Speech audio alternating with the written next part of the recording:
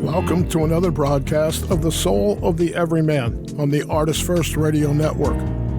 All past broadcasts are podcasts. You can pick them up at ArtistFirst.com. We welcome your questions and comments.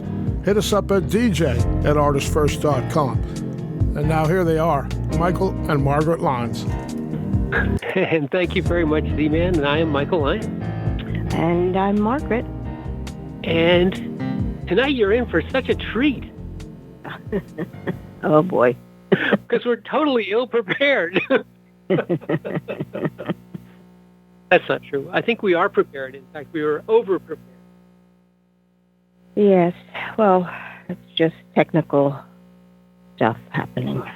Technical stuff. We were having some technical difficulties, but we have overcome them, we think. And tonight, we wouldn't want to offend you. This is true. And that's what we're going to be talking about this evening. Actually, this has a sort of an interesting genesis, if you will, of this topic, because it was in the middle of the night I got up, which old men sometimes do, for reasons that remain unclear.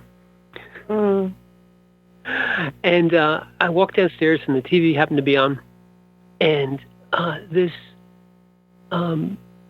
gentleman was expounding upon this very topic, and I thought, well, that's a great Soul of the Everyman topic to have, and it's sort of fortuitous, or what would you say, serendipitous that this topic came up. But it seems very germane to the times we live in, and the topic is offense. Mm-hmm. And what I mean by that is that I think we are all familiar with folks that we meet perhaps online or even in our daily lives whose driving principle of their lives seems to be taking offense to things. They're touchy. They're irritable. They're overly sensitive. They are going out of their way to find something to be mad about or something to complain about. Yeah, that's the walking on eggshells person. Right. Walking on eggshells because, they may just blow up on you, or even just you want to. I remember, Margaret, when we had the store, that we would find there were some folks who would come in who you knew you just couldn't have a regular conversation with. You had to talk about what they wanted to talk about, and it was usually their complaints. Right. There's a litany of things that they basically wanted to unload on you while you were doing other things. and while you were a captive audience and couldn't leave. But it seems to have gotten, I would say, arguably worse. And what you see now is folks who make pretty much a cottage industry out of being offended. So we thought we would explore this. And one of the, very rapidly, what I heard from the program that was on was one of the root causes of this phrase, of this kind of feeling all the time, was the sense that the ego wanted to be validated. Right. The feeling of offense is basically that the ego is responding to something which it finds to be an attack, and the kind of the part of it that makes it sort of toxic, part of it that makes toxicity out of it, is that this offense is often imagined or contrived, which is in many ways worse, that people go out of their way to find something to be offended about. Well, it's very interesting when you are in conversation with someone who only wants to talk about themselves. And people feel that talking about what offends them is a valid topic. Yes. And that everybody should be interested in this. Well, and that's what I thought was interesting, just in itself. Like, we're just talking about you and how you feel. And what I found fascinating was sometimes you don't have to say a word. They will go on and on and on endlessly about how they feel about something and how it was wrong or right, making judgment calls left and right about the situation, and having no problem making a judgment call on somebody else. And I was like, really? And it really didn't matter if you interjected something, anything. You could have just looked at them and said, donut. And they would have continued. Just something so, Ich bin ein Berliner, for argument's sake. Right. And they would just, it's like a well-worn groove is what I call it, where they've obviously been down this road before. And they just continue to roll along down this well-worn path and tell you everything, because you're sitting there going, what is it that you're actually getting out of this? Yeah, good point. Because obviously, I'm looking at you and I want to engage you in a conversation. And this is not a conversation. This is a one-sided, highly self-opinionated diatribe. And I would even say it's completely self-focused. True. Normally, that seems to be the only way for them to see anything is through the self-focus. And I would ask certain questions to see if they can get out of that perspective. Fascinating. And then if we take that a little further, and because there are folks who are just bores, they just want to talk about a particular topic. But this is a little bit, this is a little bit more nefarious, because the topic of offense gets inserted into every conversation. And in fact, oftentimes, rather than just saying, well, I don't like this or that, and leaving it there. Or I just don't agree with that. Just leave it like that. Leave it like that. Mm-hmm. What they want to do is suss out your opinion on it. And the only valid opinion is 100% identical to their opinion. And if you want to get into a real vicious type of disagreement with one of these folks, all you have to do is express any other opinion, and you'll get a sort of an immediate response. It's a knee-jerk reaction. Knee-jerk reaction of how could you possibly? You must be. Yes. There may be an effort to try to convince you to their particular opinion, but largely it gets confined to not only judging you, but in essence making you the other, the evil one, those who are to be shunned, because the offense is looking for it's an offense looking for the trigger, if you will. It's like, I'm already offended, now I've got to go find a reason to be. Well, it's again, there is a feeling that they have inside, and it's discontent. They're not happy in the place they're at. And why do they trigger these kind of reactions? In other words, why are in themselves, mind you, why are you triggering this reaction in yourself? Trying to find a way to, quote unquote, make a stand because you believe this, whatever it may be, religiously, mind you. Oh yes, dogmatically. It's the worst type of of dogma because it brooks no dissent. Well, that's kind of a fascinating thought, actually.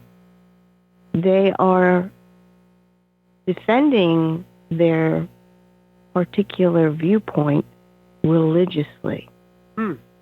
Even though they say, well, I'm not religious, I'm spiritual. And no, seriously, I have had I agree. many conversations with people that particular way, and I look at them like, what does religion mean to you then if you don't realize that you're doing the exact same thing that you say you're offended by when you say a religion? It's a manner in which you think.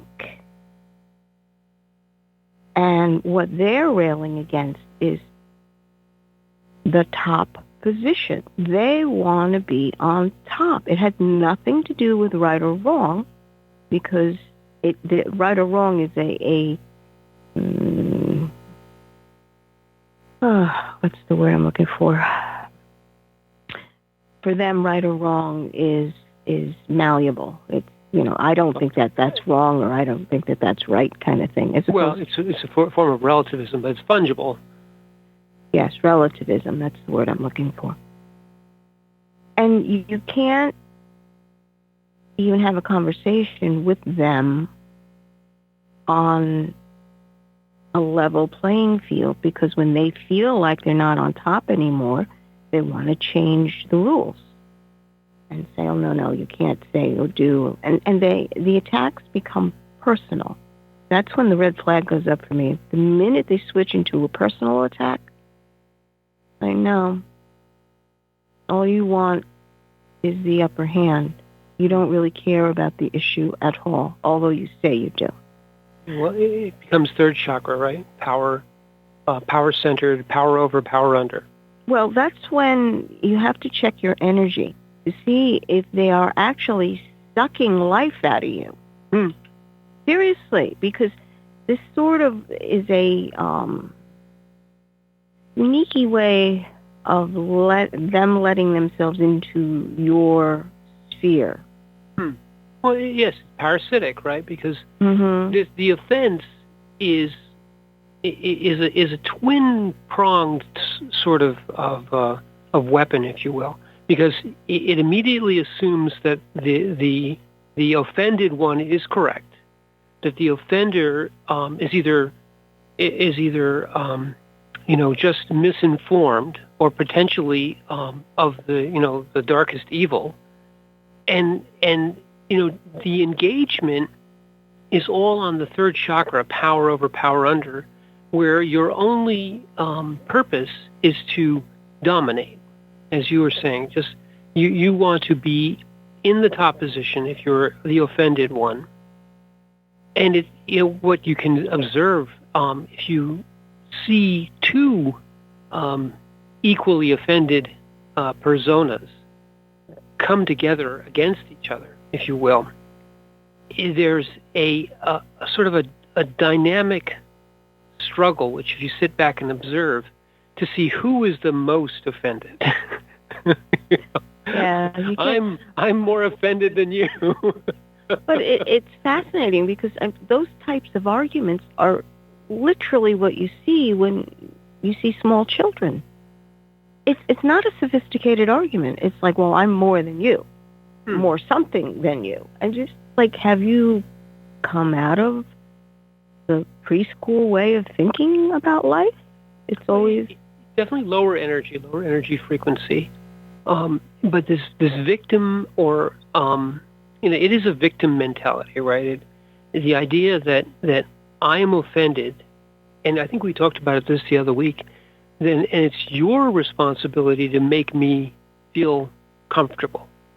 If I'm offended by anything, the thing is what must change, not me. I can't tolerate this. This must be expunged. And it is dogmatic. It is certainly a form of religion in the sense that it is a structured belief system. And go ahead. Well, you do that when you are dealing with children because they're not capable of handling certain situations. You try to put them in an environment where they're completely comfortable, but to expect that continually as you get older is absurd. Well, exactly. I'm not certainly saying this is correct. This is definitely some sort of psychosis. But in discussing it and in seeing it, kind of going to the root causes of this, and it's extremely prevalent. This idea of victimhood comes down to the ego.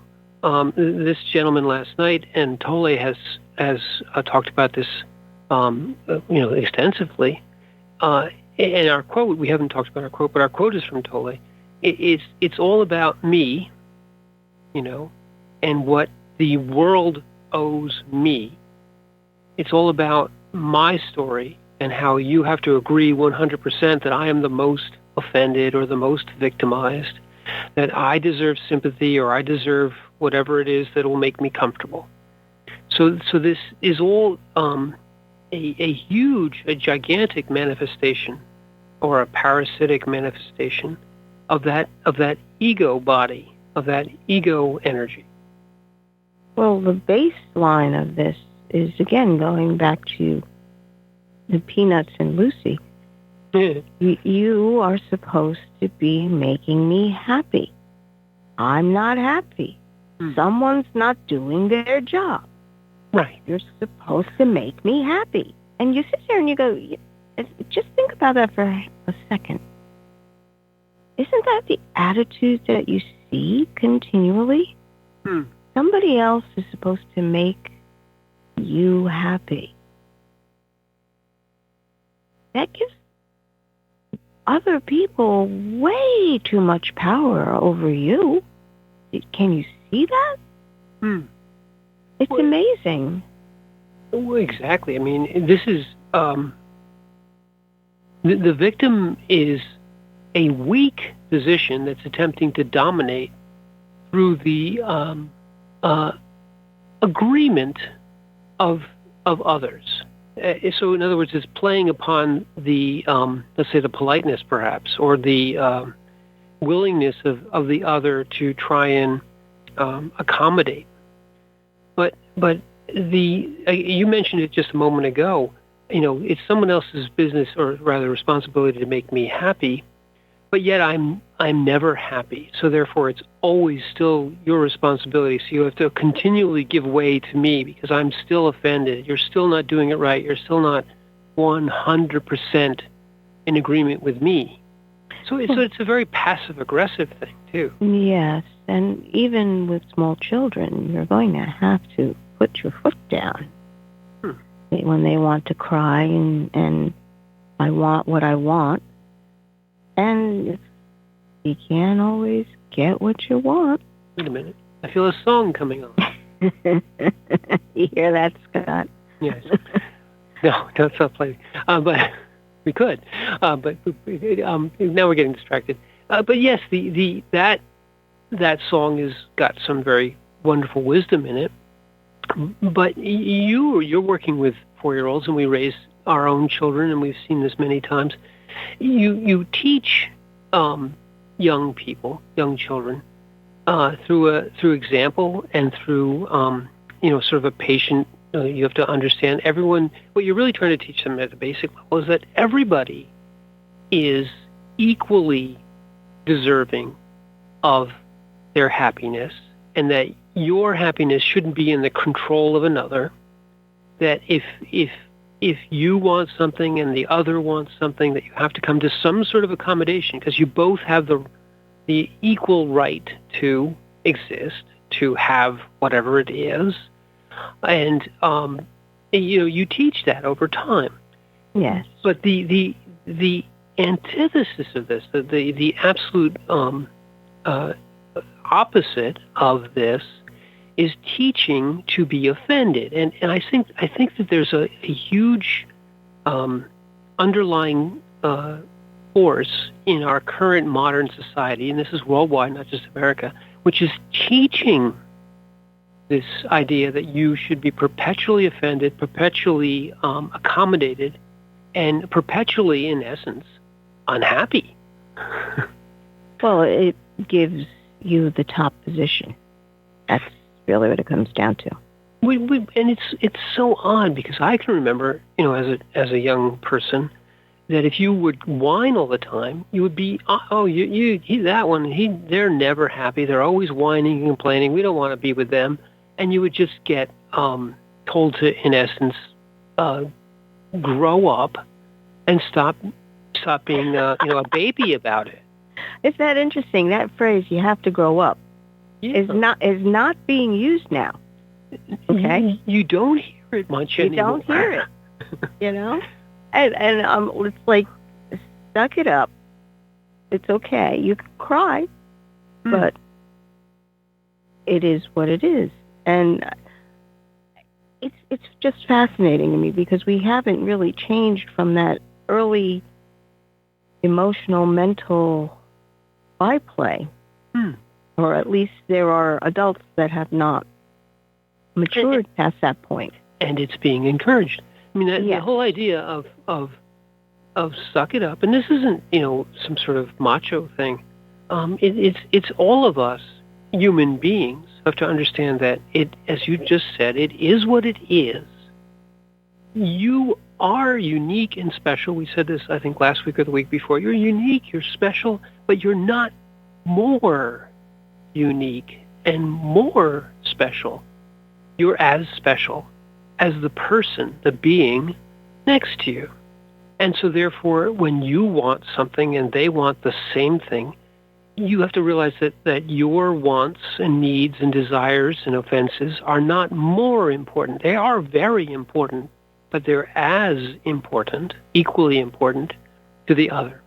And so then this teaching moment says, well, yes, I want it, but I have to extend myself, the rights of my I, my ego, to the other, and say the other is as valid as I. Right. And then therefore we have to accommodate. Now, there's a lot more growth above this to come to the death of ego, but this at least puts ego on a little shorter leash. Well, you begin to understand what exactly you're feeling, you're thinking, and your awareness. The idea is to lay it all out so that you can begin to explore what the emotion is or what the thought is. And then you're realizing that you are interacting with others that you really want to play with. You want to be with these people, these others. How can I do that without hurting them? And that's an interesting thought because as small ones, you begin to realize that impulse you had to reach a hand out and just snatch it away because you wanted it actually hurt your friend's feelings. Right. And really, they don't think in terms of that to start with. They're just, I want that, and the hand goes out and they snatch. But when they see that they've caused a conflict, that's when their eyes go wide. And it's that you got a half second right there. Right. Are you going to just grab it and run? Or are we going to work it out? And if they have enough energy, because if they're low on energy, they'll go right to, I'm going to grab it and run. which is fascinating, right? Because because the ego saps away at you to get you into that low energy state so that you will feed your energy into the ego. Right. It's very interesting because when people are hungry, they don't think really. They just it's all impulse. The body goes into, I got to find something, and to bring me to a better point because I'm so low. And I think that's one of the driving forces where people begin with addictive behaviors. But regardless, well, this is also an interesting. We won't go off onto the addictive behavior, but you can become addicted to the power, if you will, or to the sense of power that you get from people deferring to you all the time. From your, this is one of the ways that the ego reinforces this behavior. If you whine and complain and carry on and make a huge scene, and suddenly all the barriers fall and everything seems to line up for you, the ego says, "Well, that worked. That was good." Especially when the children, that worked. Screaming and crying and tearing holes in the rug works. Mm-hmm. So you talk about reinforcing negative behavior. The reinforcement, of course, is behavioral. But if you look at it from the point of view of energy bodies and the entities, the ego entity is getting fed. It's getting reinforced by the fact that there's a deferment going on here. Somebody once said that if you have an argument, the craziest person in the room wins. And the reason the craziest person wins, the one who just will not take no for an answer, will not be reasonable in any way, shape, or form, is everyone else kind of gives up. And if you walk away from this, oftentimes it's all you can do. But the field is left to the ego. And the person who suffers here, the actual suffering, interestingly enough, is the one who is offended, because they are never happy. But yet this behavior, this ego doesn't care about that. It just cares about the fact that it's getting reinforced, that it's getting fed, that the offense is a way for it to stick its entity fingers into others, the energy of others, as well as your own, and gather it into itself. It keeps looking outside itself for nourishment. It hasn't met up with its own soul or spirit. That's what I find interesting. Well, I mean, I would even argue that the ego doesn't have those things, but it is trying to supplant those things. It's not having them. It has to understand that it is part of a whole. Yes. Okay. And it doesn't want to. And it doesn't want to. But I don't wanna. Right. So it's got to work its way through.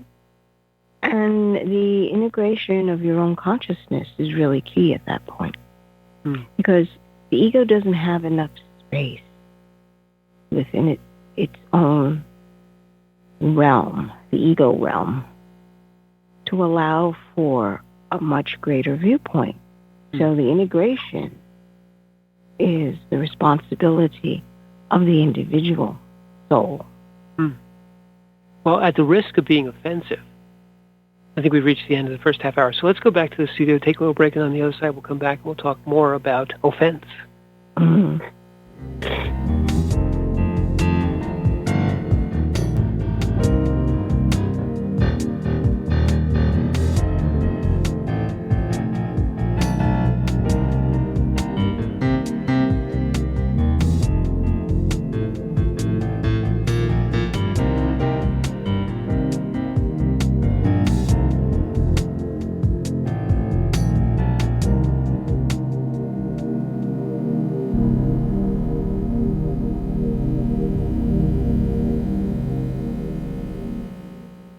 Rick Riordan fans, love mythology with plenty of action and humor? Destroyer's Blood is for you. The new fantasy novel by award-winning author Michael Lines is book 1 of the adventures of Dev Kalian, the Blood series. Follow Dev and his magic sword betrayer as they are suddenly attacked and forced to return to Olympus to fight in a war they want no part in. The world of men and gods is about to be destroyed by Zeus's ancient foe, and only Dev and Trey can stop him. The conflict never stops, and the amazing twist will have you on the edge of your seat. Act now while the ebook is on sale for only 99 cents. Destroyer's Blood is available on Amazon.com, Barnes & Noble, iTunes, Kobo, and fine e-tailers everywhere. And while you're there, get the free prequel, It's in the Blood, available for a limited time. The wait is over. First Blood, Book 2 of the Blood series is out. Your favorite bad boy thief Dev is back, and the beautiful and deadly Trey is right there with him. She is sharp, sexy, and full of surprises. Their adventures continue as a new power arises to threaten the world. The heart of creation is under attack, and time is definitely not on their side as they battle against their enemies' undead hordes. Can they unlock the hidden power that can defeat him, or will his forces draw first blood? Get all 3 installments in the series. Book 0, It's in the Blood. Book 1, Destroyer's Blood, and the new release, Book 2, First Blood, today.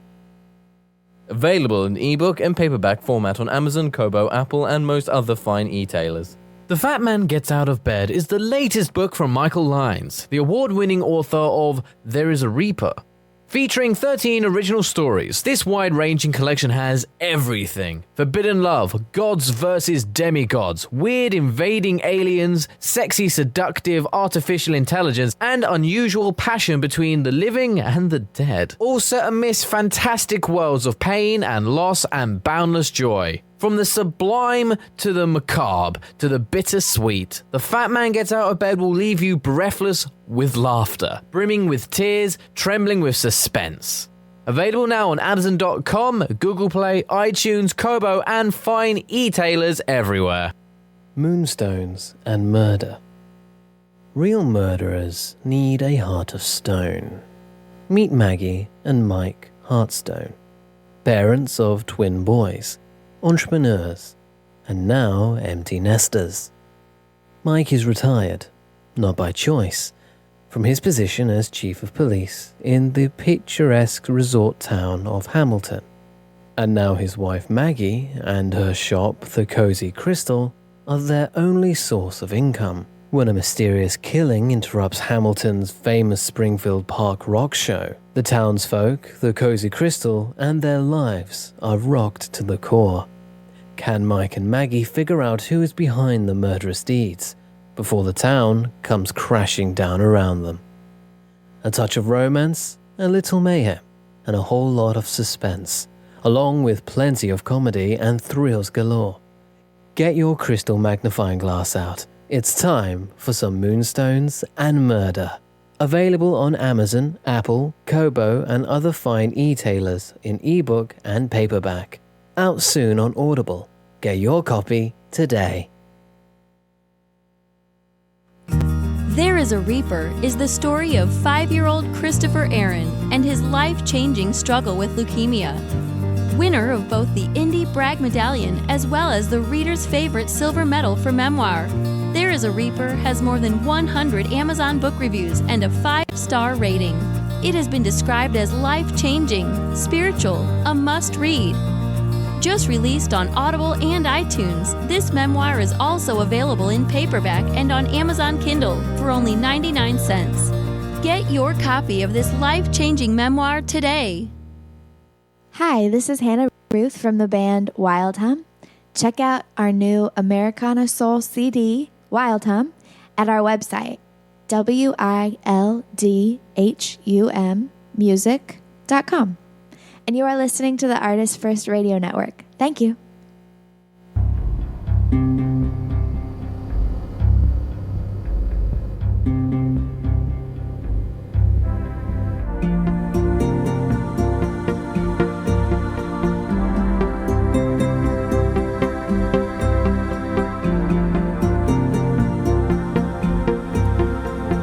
You are listening to The Soul of the Everyman on the ArtistFirst Radio Network.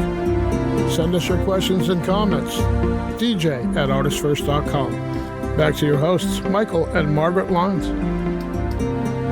Thank you very much, Z-Man, and don't be offended out there.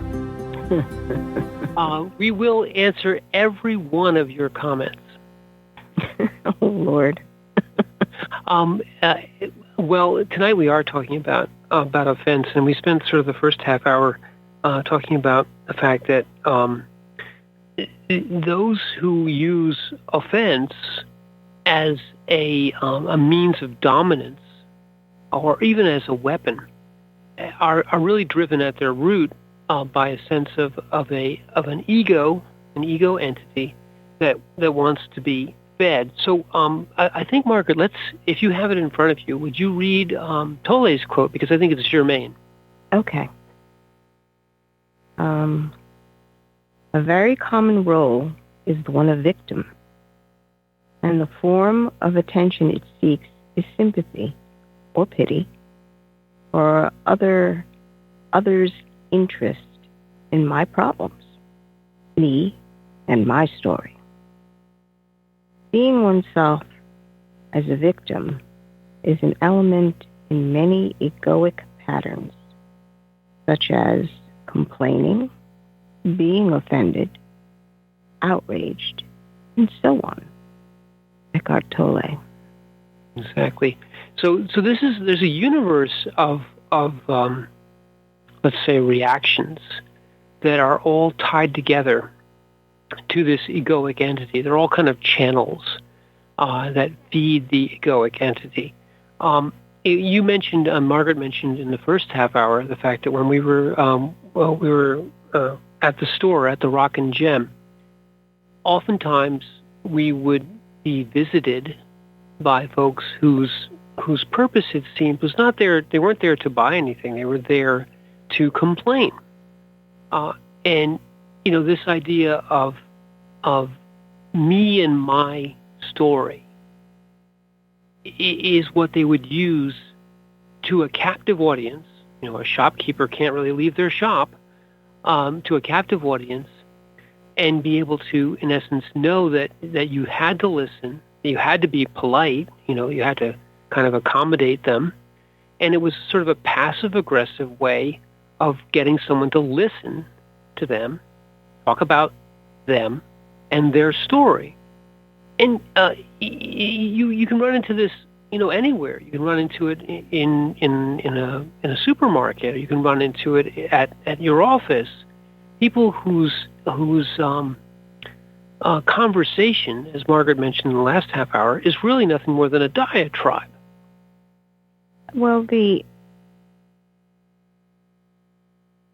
what I was thinking of is when you look at an ego, you realize there's a structure there, and a lot of people, for the structure of their ego, use these offenses or complaints as some of their main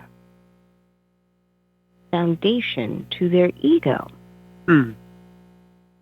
And most people think that, finding out who I am is finding out what my ego likes and doesn't like, which is a small facet of who you actually are.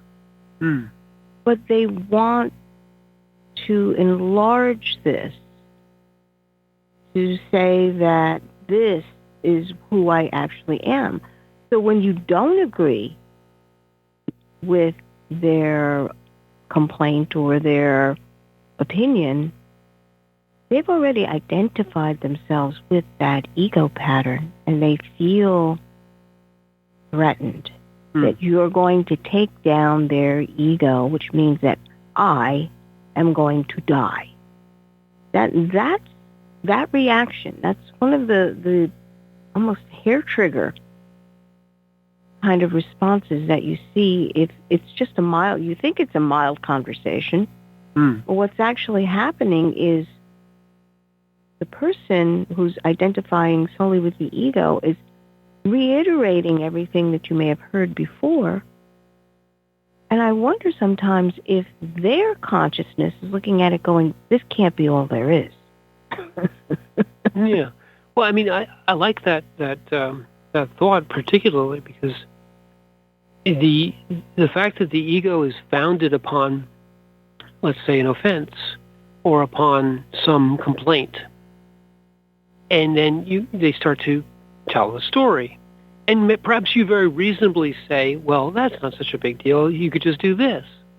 And instead of them saying, oh, yeah, I never thought of that, which would be a reasonable kind of conversational thing to do, you get this blast back, and it's a response far in excess of what the offense, if you will, was. Mm-hmm. How can you say that? Da, da, da, da, da, da, go on and on.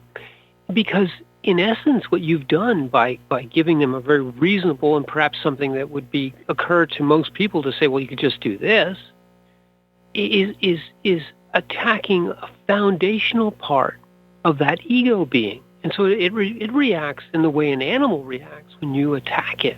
No, you corner it. Right, you corner it. It viciously comes back at you. Oftentimes either in anger or sometimes overwrought emotion. How could you say such a thing? And so in many ways that's okay because the ego still is getting talked about. The outrage or the anger is just reinforcing, but the reaction can be a frightening level of emotional blowback, one type or another, from something relatively small, and you almost have to take yourself aback. You touched upon something which was, as Margaret just said, a hair trigger. It's like a minefield, and all of a sudden, boom!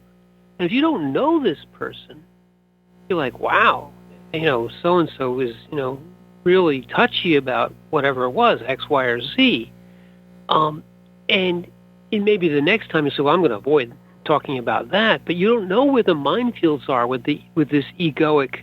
This collection of egoic beings, but each one of them becomes, or rather, as you talk to this person, you may talk to them less and less. But as you talk to this person, you realize that these things are not just they're not just a topic of conversation or something that they've observed. These are like right close to their heartbeat kind of things. Right, because they've identified with that egoic pattern of opinion or offense or stand. They think they're making a stand, and what they're doing is actually not really knowing themselves. They're shoving their own being into this very tiny little box. And most people, they get to a point and they go, well, wait a minute. And whenever they begin to step into that patterning or that minefield, I always stop and ask them, do you really want me to answer that question? And they're taken aback for a moment because it's like, wait, what do you mean? And I'm looking at them like, do you really want an answer? Or do you just want me to agree? And that really stops them. Now, if it's a super big ego, they might just take a breath and say, oh, well, yeah. And then you voice your opinion. And if they disagree, I just look at them and go, okay, you asked the question. You will get an answer. Yeah, I mean, and that's a great way to diffuse it too. Mm-hmm. It's because you're bringing them into the awareness of the moment. They're not just reciting by rote the complaint that they have always had. So you look at them, it's like, it's basically allowing them to see that you are a consciousness standing in front of them, and if you do not respect the space that you're in, I will give you an opinion. The awareness, once the awareness is there, they realize, oh, wait a minute. And they try to bring you back down into that ego response. Well, it's just this, or, they what was that called? Where they're just trying to belittle your opinion constantly. And you're just, no, You may not invalidate the way I feel. Now, that's another one. That's actually a really good one. But I want to go back before we go too much further past that. What you said, I've seen you do this on many occasions, and I think I mentioned this. The key thing here is that you demand them to come up to a present moment. Right. When you say when the harangue is going on, and we've all been in this situation where this is, as we said last half hour, this is just a well-worn track. This is a loop of tape. This is a repeating phrase, and Margaret stops them by looking at them directly, demanding that the presence come up into the eyes.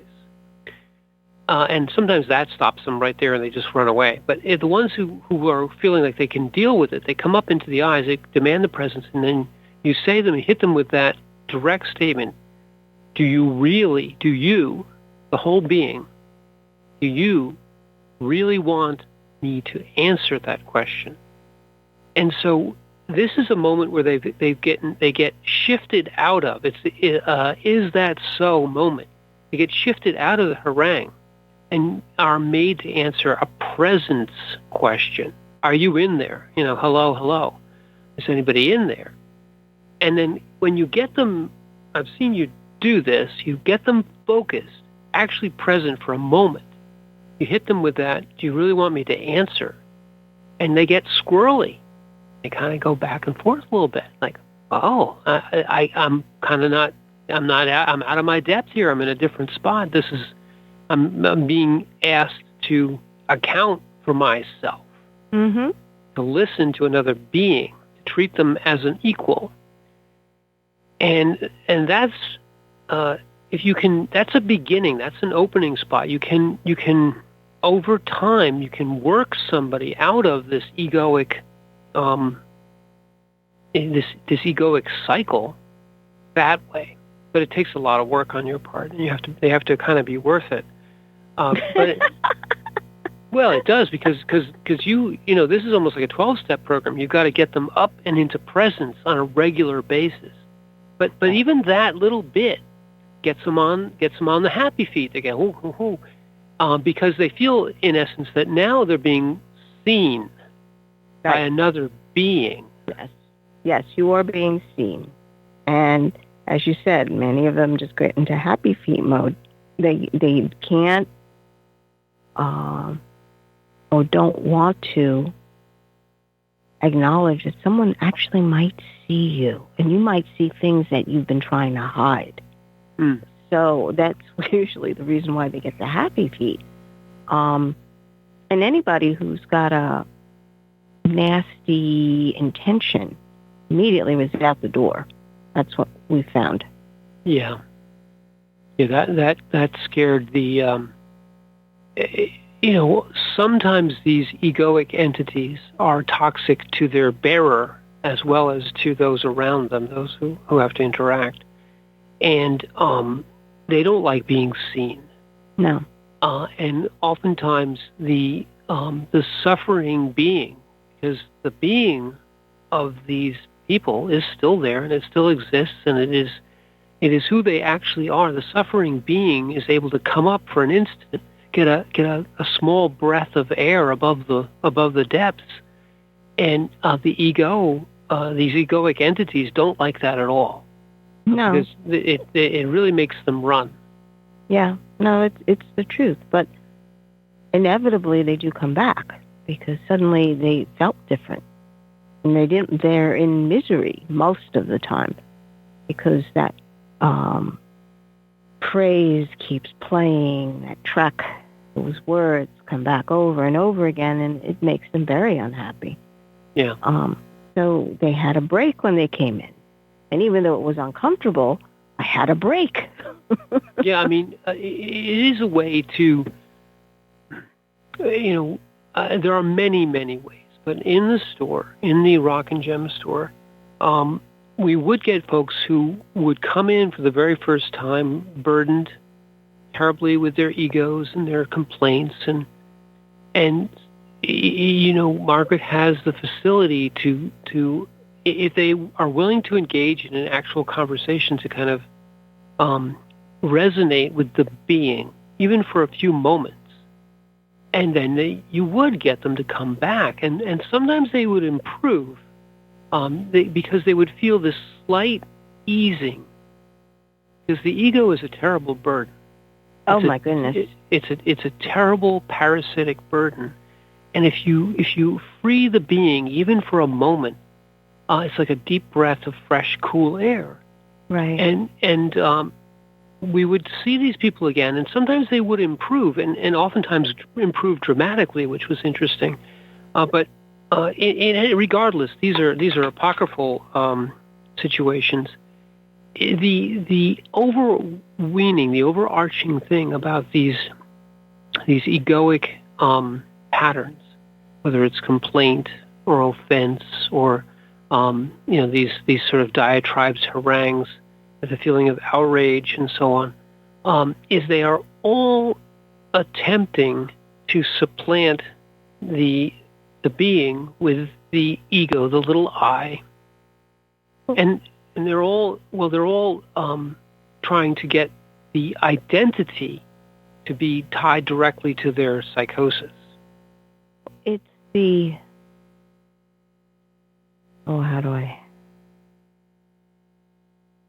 the ego is trying to create that cage in which to contain the consciousness. And the consciousness may focus there, but it is not everything that consciousness is. Your consciousness is vast, and that's why you feel smothered by your own ego many times. Yeah. It just wants to condense you down into this one little cube, and you stay there because the ego is happy when you're there, because then it's alive. It interacts. But your consciousness is so vast that it could actually focus a part of itself there, but at the same time pull away and become completely objective. You observe the whole interaction of the ego.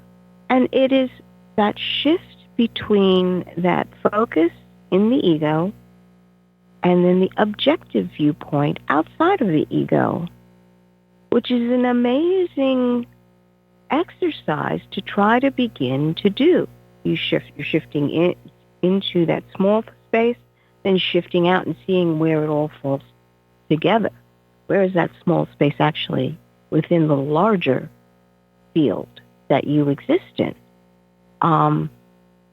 Absolutely fascinating. And the only way really to do it is to begin by disengaging in your focus and breathing. Just disengage and breathe. And you'll find that you'll be able to enter that objective state and then switch back in. But it doesn't mean that you will jump in. You're observing. You can actually see everything you need to see from that objective state, but you're looking into that small field with very broad eyes. Well, and this is part of the awakening process.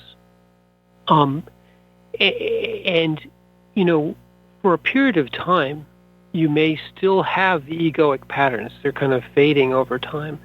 And so you may drop into me and my story once in a while. But if you've given the ego, so the consciousness, the ego is trying to encase the consciousness and say that it is all. But once the consciousness escapes that idea that the ego is that the identity is the ego, and you can start to observe the ego and say, look at there's my fear, or there's my anger, there's my outrage. And observe it, give it space, realize that it can have energy for a period of time, but then you're going to just shut that down and say, no, this is not who I am. This is not who I identify with. I am a greater, vaster being. You still have, in essence, an ego, but the ego no longer is you. Right. Right. And there's that compression. Maybe that's the best way to put it. The ego will try to compress the consciousness, but your consciousness is incompressible. Good way of putting it. You know, it's your consciousness is, if you can think of it as water, and its water is all over, surrounding you. And the most interesting fact about water is that it is incompressible. And they use water in many different ways to cut to cut very large with a water knife you can cut right through solid 6 inches of steel. Right. It's amazing stuff, water. But if you understand that your consciousness is very similar to that, it's everywhere. And it can take different forms. It's such a wonderful analogy because the ego is building a little rowboat, trying to say, this is it, this is all we are. And yet it is floating or submerged or subsumed in a vast ocean of what is the actual you. Right. Well, I kind of look at it in terms of the ego is forming these blocks of ice, a rigid structure, and trying to hang on to these blocks of ice because it's not going to exist otherwise. So, to understand that it is a phase change. You're going to have to explain that. Oh, well, a phase change is something going from water to ice or ice, water, vapor, changing states or phases. And to understand that your consciousness can also phase change. And the ego may be that sort of icy form. Blocky shards. Well, just two-dimensionally. Let's look at it this way. If you wanted to live in a universe that was two-dimensional, I had someone argue with me, but that's infinite. You're living in an infinite universe, and I'm like, yeah, infinite in 2 dimensions. Yeah. Like a line is infinite in 1 dimension. Yeah. It's an infinite universe. And a point is infinite in no dimension. Right. So what kind of person do you want to be? A 2-dimensional person? And they just looked at me like, what?